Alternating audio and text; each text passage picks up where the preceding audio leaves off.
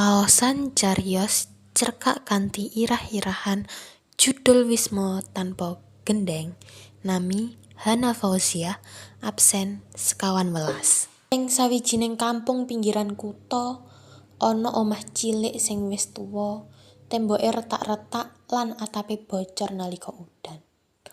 Ing kono manggon keluarga cilik. Riko, bojone Sari, lan anake Laras sing isih sekolah SD. Saben dina Riko metu golek kerja kuli bangunan sing ora ajeg. Sari ngurus omah lan Laras. Kahanan ekonomi sing angel nggawe loro-lorone kerep ngadepi tekanan sing ora gampang. Bengi iku udan deres banget. Sari kerep ngisi baskom kanggo nampung tetesan banyu saka atap omah. Riko teka nggawa sego bungkus, nanging mung cukup kanggo awake dhewe. Sari mlengos. "Mas, saiki aku wis ora ngerti kudu piye maneh. Anakmu durung mangan, omah wis bocor ngene." Riko mengusap pasuryane.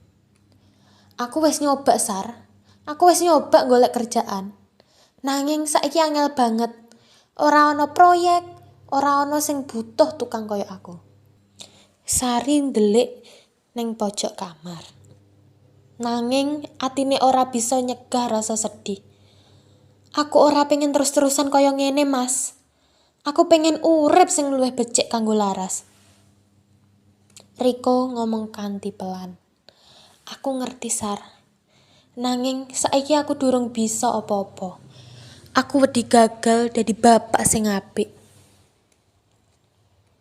Sawise pirang-pirang wulan, tekanan lan masalah ekonomi nguyak loro-lorone nganti bebayani.